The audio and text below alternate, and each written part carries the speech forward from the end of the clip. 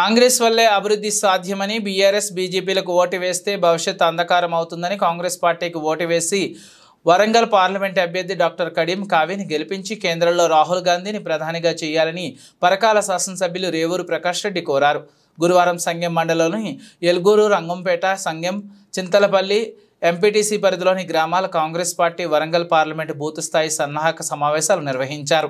ఈ సమావేశాలలో ముఖ్య అతిథులుగా పరకాల శాసనసభ్యులు రేవూరు ప్రకాష్ రెడ్డి, కోడా చైర్మన్ ఇనుగాల వెంకటరామరెడ్డి, మాజీ ఎమ్మెల్యే రాష్ట్ర నాయకులు గన్నోజు శ్రీనివాసాచారి, రమణ నాయక్ పాల్గొని ప్రసంగించారు.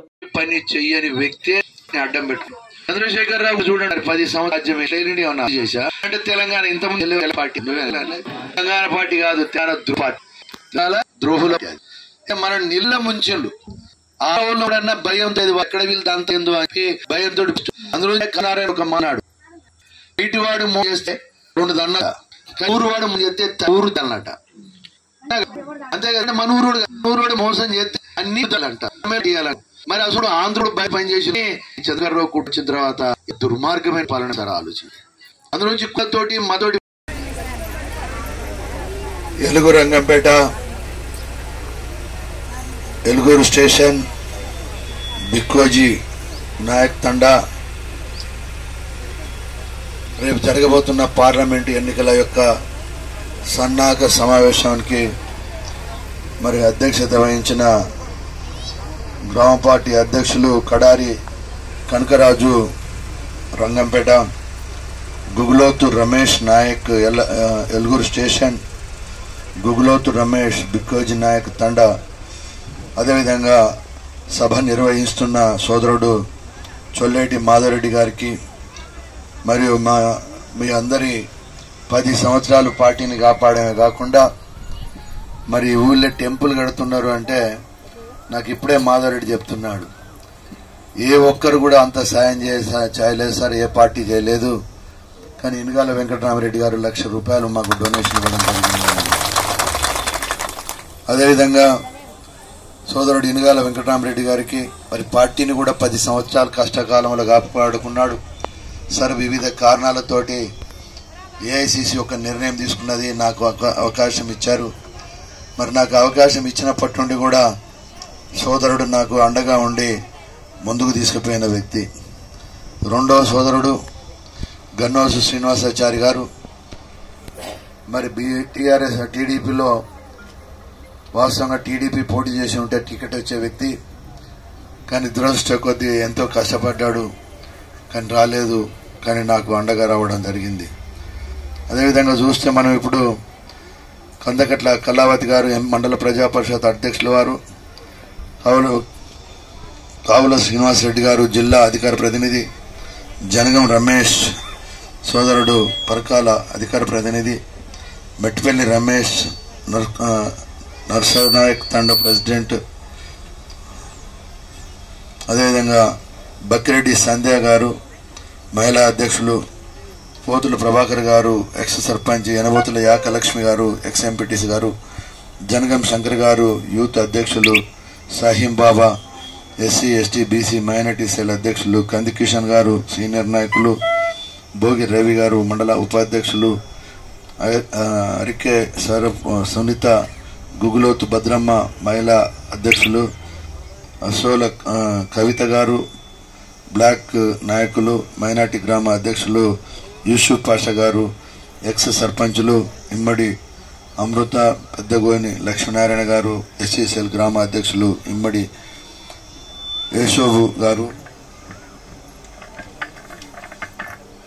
గ్రామ బూత్ కమిటీ సభ్యులు, బోనాల సంపత్, బోనాల స్వామి, ఇమ్మడి సమ్మయ్య, గడ్డం రవి, కడారి చంద్రమౌళి, కడారి దేవేందర్, బెజ్జంకి సదానందం, గట్ల సత్యం, బత్తుల లక్ష్మీనారాయణ, ఉప్పల స్వామి, చిలువేరు ఉప్పలయ మండల వీరస్వామి, మరి అందరితో పాటుగా ఇంకెవరైనా మిస్ అయినా వారు అన్యదా భావించద్దని చెప్పి తెలియజేసుకుంటూ మరి ఎన్ని పనులున్నా మరి ఊళ్ళకి రాగానే ఒక ఘన స్వాగతం తెలియజేసిన మా ఆడిబిడ్డ సోదరిమణులందరికీ సోదరులందరికీ నా నమస్కారాలు తెలియజేసుకుంటున్నాను.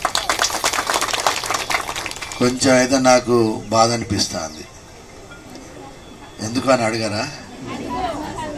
ఎందుకు అడిగినావా? మా చెల్లెని కూడా అన్ని అడిగినట్టున్నారు. ఈ ఎలుగు రంగంపేట చూసే వరకు మనము ప్రారంభించినాము. ఎందుకంటే 15 లక్షల రూపాయలు వేస్తానని చెప్పిండు మన ఖాతాలలో నరేంద్ర మోడీ గారు. వాస్తవం అవునా కాదా? వాస్తవం అవునా కాదా తమ్ముళ్ళు? ఏం చెల్లెళ్ళు మర్చిపోయినా? ఎందుకంటే 10 సంవత్సరాల వరకు మర్చిపోయింది మీరు. కానీ ఒకసారి మీరు గుర్తు చేసుకోండి. చదువుకున్న పిల్లలు కూడా నేను రిక్వెస్ట్ చేస్తున్నా, కావాలంటే యూట్యూబ్లలో మీరు ఆ రోజు నరేంద్ర మోడీ గారు అమిత్ షా గారు మాట్లాడిన ముచ్చట్లు కూడా మీరు వినొచ్చు. నల్లధనం బయటికి తీస్తానన్నాడు. స్విస్ బ్యాంకులలో ఉన్నాయి ఆ నల్లధనాన్ని అంతా కూడా మన ఇండియాకి తీసుకొస్తానన్నాడు. ప్రతి ఒక్క జన్ధన్ ఖాతాలో 15 లక్షల రూపాయలు వేస్తానని చెప్పి, అంటే ఎండలో కూడా నిలబడి ఖాతాలు ఓపెన్ చేసిన విషయాన్ని మీరు మర్చిపోయారా అని చెప్పి అడుగుతున్నాను. అదే కాకుండా సంవత్సరానికి 2 కోట్ల ఉద్యోగాలు ఇస్తానన్నాడు. ఎంతమందికి ఉద్యోగాలు ఇచ్చారని చెప్పి నేను అడుగుతున్నాను. ఇవన్నీ వాస్తవాలు అవునా కాదా అని చెప్పి నేను అడుగుతున్నాను. ఇవాళ మనం మా చెప్పి చేసి పెట్టడానికి సిద్ధంగా ఉన్నారు. ఇప్పటికే మీరు +1కి వెళ్ళిపోయినారు. ఫస్ట్ ఫేజ్ ఉన్నాయి, సెకండ్ ఫేజ్ లో ఇంకో ప్లస్ కూడా యాడ్ చేసుకుంటున్నారు. కానీ ఇంకో ప్లస్కి అయితే ఏమి ఇయ్యనయ్యో, ఒకటే ప్లస్కు. ఎందుకంటే రవి చూస్తాండి ఇంకో ప్లస్ యాడ్ చేస్తాను సార్ అంటే, ఏ ప్లస్ అంటే 10 5 15 వస్తానే, ఇంకో ప్లస్ అంటే ఇంకో 5 వస్తాయని చూస్తాడు. ఎందుకంటే అక్కడికే కొంచెం మనకు ఇబ్బంది ఉంటుంది కనుక తప్పకుండా అంచెలంచెలుగా మీకు అభివృద్ధి కార్యక్రమాలకు సంబంధించి నేను ఇవ్వడానికి నాకు ప్రథమ స్థానంలో ఈ చింతలపల్లి గ్రామాన్ని కూడా ఉంచడం జరుగుతున్న విషయాన్ని మీకు తీసుకొస్తూ, చాలా విషయాలు మీకు తెలుసు. అన్నిటికన్నా ముఖ్యంగా కాంగ్రెస్ అంటే అభిమానం ఉన్న గ్రామం ఇది. మరి ఆ రోజు ఎప్పుడు కాంగ్రెస్ గవర్నమెంట్ వచ్చినా